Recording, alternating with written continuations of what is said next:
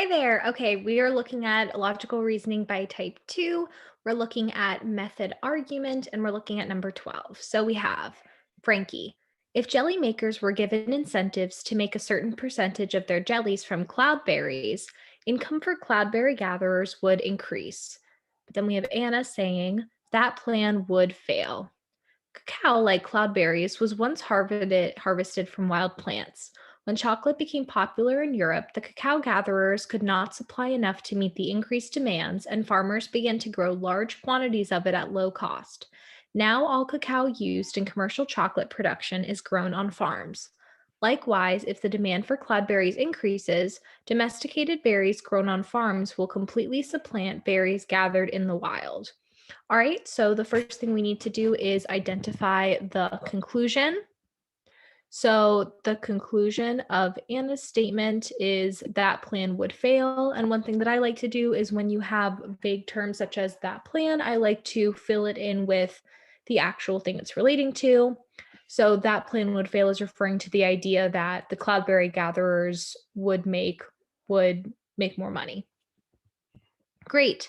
Okay, Anna's argument proceeds by. So we now have to figure out what tactic does Anna use in order to show that the income for cloudberry gatherers is not going to increase.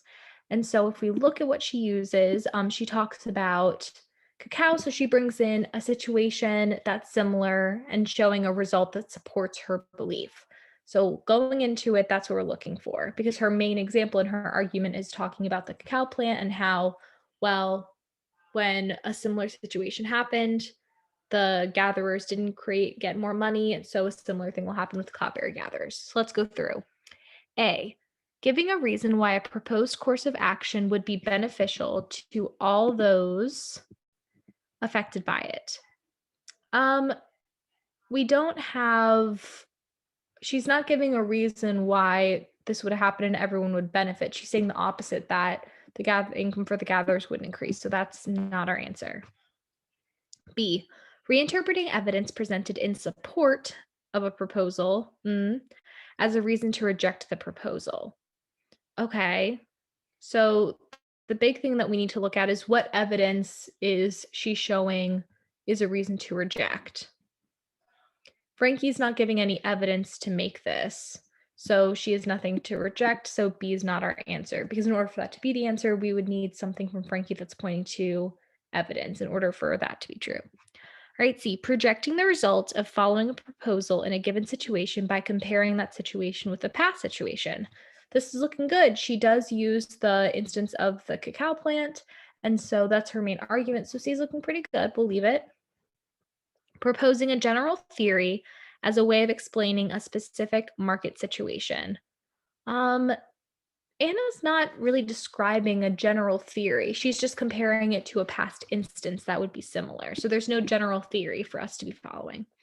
E, contending that the uses for one product are similar to the uses for another product.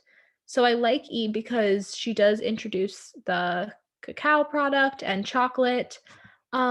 But we don't really care about the uses. We're just talking about a situation where that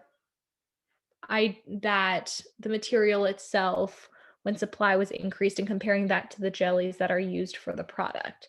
So that's not quite where we need to be, and C is our answer.